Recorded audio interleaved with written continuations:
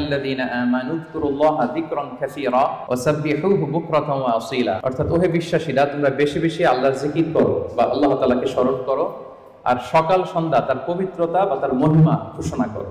বিভিন্ন আয়াতে একই কথা আল্লাহ তাআলা রিপিট করেছেন যে আমাকে বেশি বেশি স্মরণ করো, বেশি বেশি আমার জিকির করো, এবং সকাল সন্ধ্যা আমার পবিত্রতা এবং মহিমা তোমরা ঘোষণা করো। এবং বিষ্ণু ঈসা ইসলামও বিভিন্ন হাদিসে তিনি বলেছেন যে আলাইকুম বিযিকরিল্লাহ, তোমাদের উচিত বেশি বেশি আল্লাহ তাআলাকে স্মরণ করা। এক লোক রাসূল সাল্লাল্লাহু আলাইহি ওয়াসাল্লামকে বলল, ইয়া রাসূলুল্লাহ, ইন্না শারা'i আল ইসলামি কদ কাসুরাত আলাইয়া, ইসলামের বিধান তো অনেক, তো এত বিধানের মধ্যে থেকে আমি কোনটা পালন করব? ফা আখবিরনি বিশাইইন আতাশাব্বাসু বিহি, আপনি একটা আমাকে বলে দেন যেটা আমি আঁকড়ে ধরে থাকবো, সবসময় করবো, এটা এরকম একটা বলেন।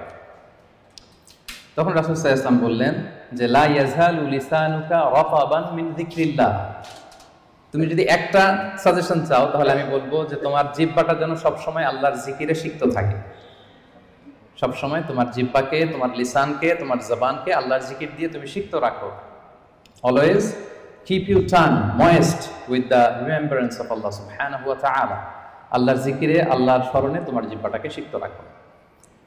তো তার মানে কোরআনের এই আয়াত এবং রাসূল সাল্লাল্লাহু আলাইহি ওয়াসাল্লামের মুখ নিঃসৃত এই হাদিস থেকে আমরা বুঝতে পারলাম যে আমাদের সবসময় আল্লাহ তাআলাকে খুব বেশি বেশি স্মরণ করা উচিত।